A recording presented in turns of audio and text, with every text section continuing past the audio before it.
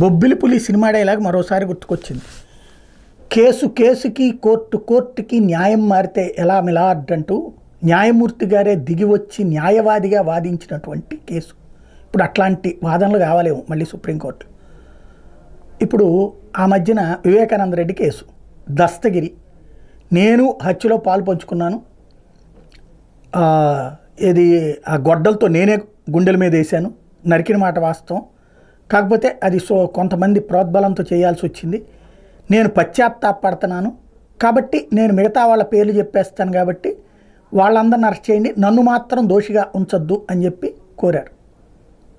దానికి court okay చేసింది, CBI okay చేసింది, కోర్టు ఓకే చేసింది, హైకోర్టు ఓకే చేసింది, దాని మీద ఛాలెంజ్ చేసిన సుప్రీంకోర్టు కూడా ఓకే చేసింది.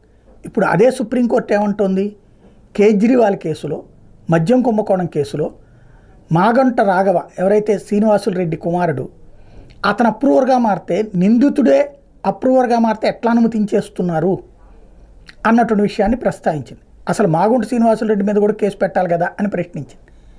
మరి ఇక్కడేమో ఆ కారణంగా కవితకి బెయిల్ వచ్చింది, ఇక్కడేమో ఆ కారణంగా వీళ్ళకి బెయిల్ రాలేదు.